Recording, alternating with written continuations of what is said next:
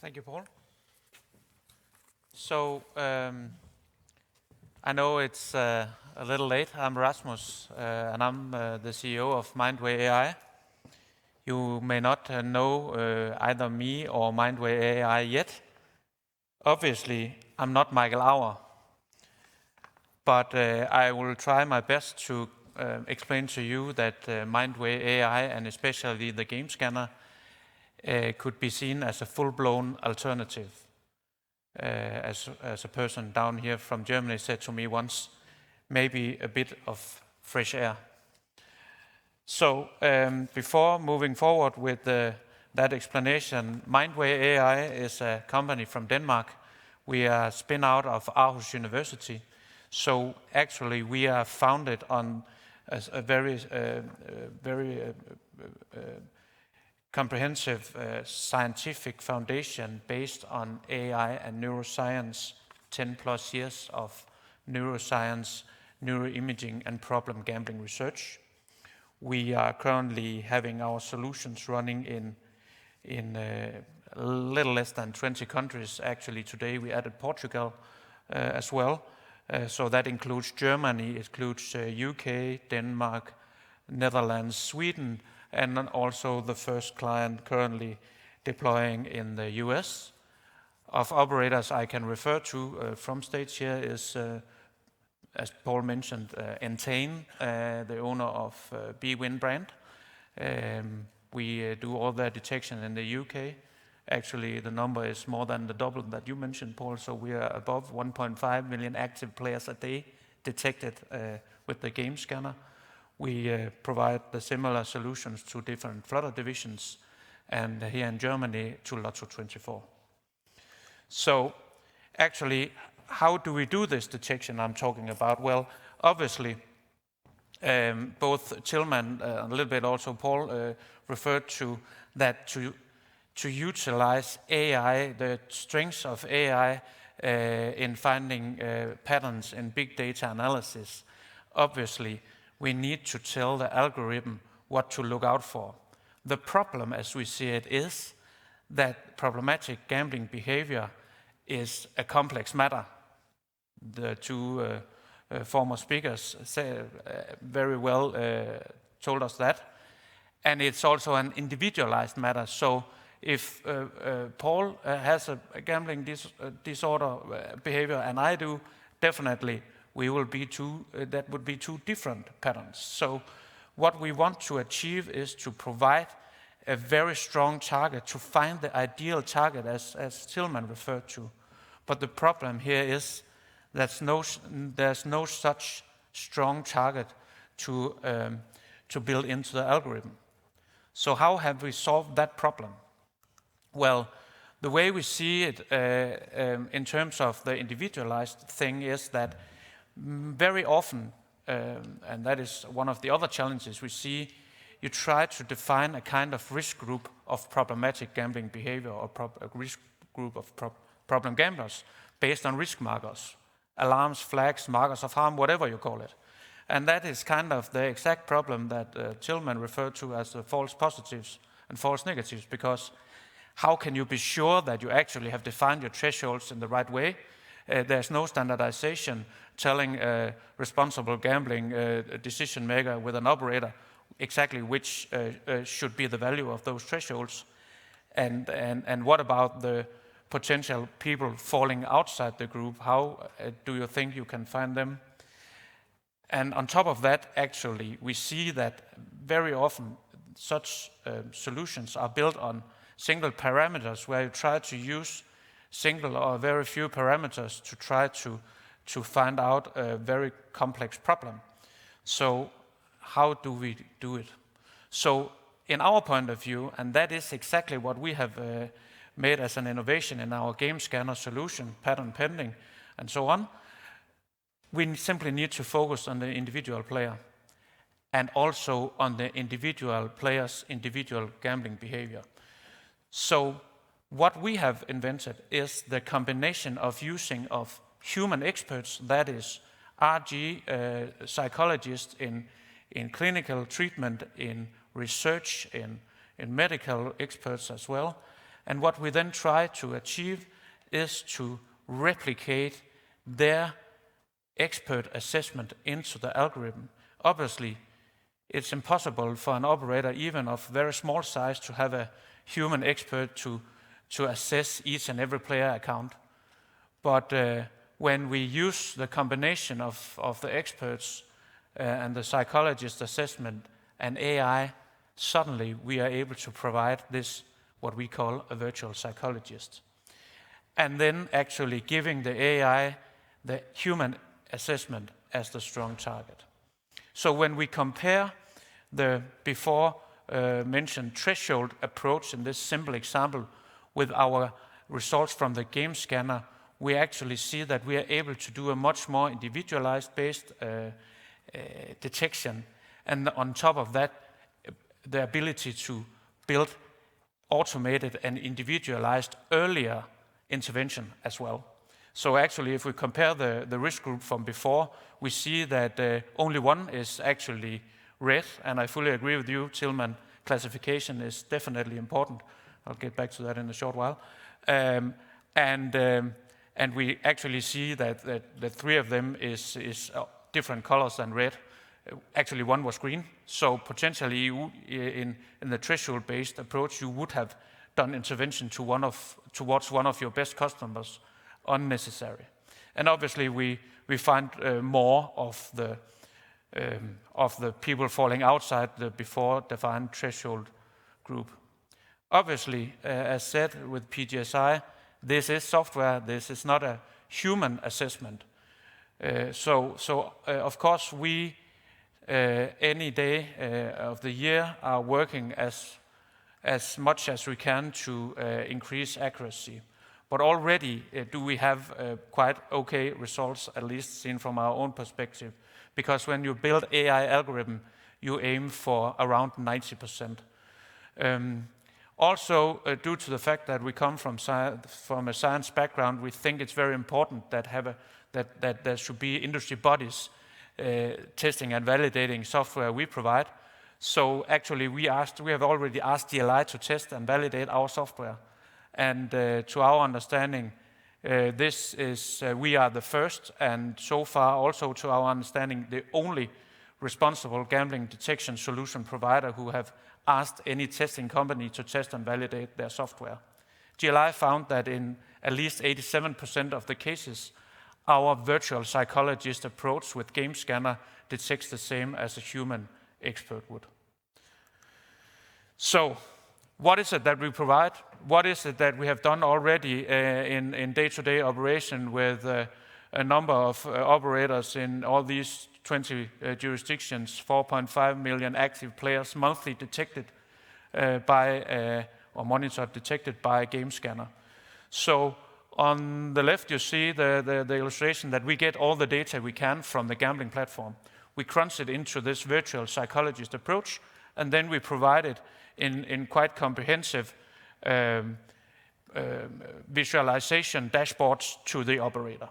For the operator to take the action needed on the customer, we give the operators decision-making support in RG operations. So in terms of the classification, we use a 5-level classification from blood red to bright green. Obviously, that's a very easy, understandable traffic light analogy, and that is the bar chart in the middle. On top right, you see the radar chart we use as the player profile. Actually, here is the average player profile in the full customer database. These 10 different risk factors is occasionally reviewed and validated, also taking into consideration the latest science, together with our team of experts, other industry peers as well. And bottom right, you see actually development over time. So, what I was just about to forget is that if we then, let's say, focus in on the dashboard on specific, for instance, a specific risk marker, actually you would be able to see the development over time in terms of the risk score in our system based on the intervention initiatives taken. So not only do we provide this comprehensive reporting on the full customer database, we also do it on each and every customer in the database on a daily basis based on their activity. In this case, a very severe case, 99 out of 100 in our score, losing around 10,000 euros in 92 days. And we see in the radar chart on this specific player profile that we have problems in terms of overall consumption, loss chasing, number of deposits, time of day, number of days played, and fluctuating wages. So that is definitely a severe case.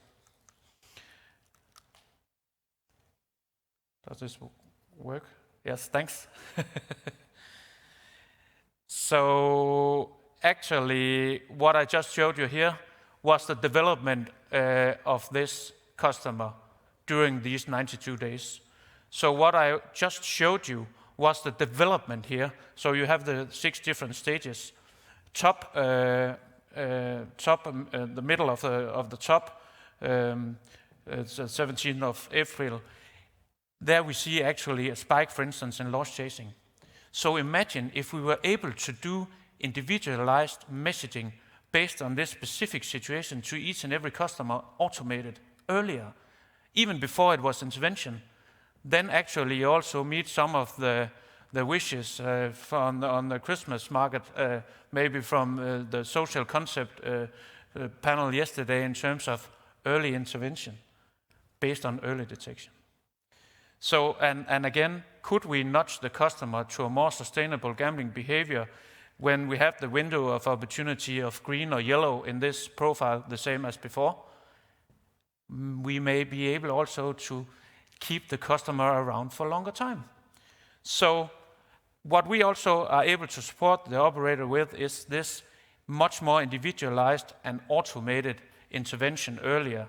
Obviously, we also need to do the intervention on the more severe situations. But that can also come with based on the automated intervention, reallocation of RG resources. So on top of this very sophisticated expert model I have just explained, we also provide now, also to accommodate the new CRP rules from the UK Gambling Commission coming into force Monday last week, a real-time model where we want to prevent binge gambling and also to prevent the escalation of a behavior unfolds. And to wrap everything up for the operator, on top of all that, we provide not only the detection, but now also the decision-making support on which of the cases to start with first. Where is the problem biggest and how to do it, how to handle it in a day-to-day RG operations with an operator with, could be a few 1,000 customers, could also be more than 1.5 million active daily. So, this is my final slide. The way we see it is that sophisticated detection and RG detection systems should be definitely automated. They should be individualized based on state-of-the-art scientific knowledge, including the latest knowledge from research all the time. So always maintain, develop, definitely explainable. Everybody who uses AI-based solutions from us should be able to understand what is what is detected, and how do we do it, how do we intervene towards the customer. Seen from our perspective, operators are quite good at being operators, but we definitely think that there may be an opportunity for the industry as a whole to move towards more independently developed and maintained solutions. Could be from us, could be from Michael Auer or some of our other colleagues, but at least from people not doing this on a very daily basis. And again, as we already have done with GLI, had the performance tested and validated. Thank you very much. Thank you, Rasmus. And the applause is, of course, for all the 3 of you on stage. So to wrap up the session, I'd like to give the opportunity for one quick question, either from the room or from Slido. If somebody in the room has a question, please raise your hand. No volunteers. We go to Slido then. I think there was one where there was a few questions, but we'll pick one. How do we make sure that the rules should work for the 0.4% of the population are not unnecessarily impacting the rest? Paul, Rasmus, Tilman, so you're sort of more in the practical... Well, yes, please. I can start. Seen from my perspective, great question, but seen from my perspective, there's no such thing as this 0.5%, because the way we see it and what we meet is that it's quite different what is detected. So we look into not a specific share of the population that, as Paul were referring to, more than kind of giving the operator a full view of the risk in the operator's database. And then, of course, it's up to the operator how to deal with that. And we do that on an individualized basis and on a full customer database. Some operators have way beyond 0.4, I can tell you. But it is definitely different from jurisdiction to jurisdiction what we do. Great. Let's see. I would say the 0.4 that we see don't obey any rules, whatever you put in place for them. So, and that percentage would be far greater than that anyway. So the higher you go through the continuum of problematic, comorbid, they don't. When we speak to them, they don't obey anything. They would have gone through that spectrum of self-exclusion. Yeah. They just know how to get there, and they're working off VPNs. They've got 5 to 6 accounts. All of those are irrelevant. They are the addicts. They are the ones that will gamble on anything, anywhere. So the rules don't apply. To wrap it up, finally, a comment from you, Tilman, to this question. Not one intervention measure. There are several. It's just like they are getting there is exclusion for some time and then reduce the limits and so on. And it's going on and on till the exclusion of the oasis, if it's there and it's excluded for 1 year or so. There is not only one measure, and you should have different measures to take care of your population and the difference in your population. I think that is important. Great. Just one comment that we haven't done well in the UK is markers of harm. Nobody has identified markers of harm yet. What causes someone to become something? There's been a lot of research done, but there is nothing out there that identifies harm. So lots of people talk about it, but until we actually do that, then we're in the dark. And that's the most important thing, I feel. Great. Unfortunately, we really have to wrap it up with this. So Paul, Tilman and Rasmus, thank you for joining us on stage here on this almost last session, and thank you for coming to Berlin.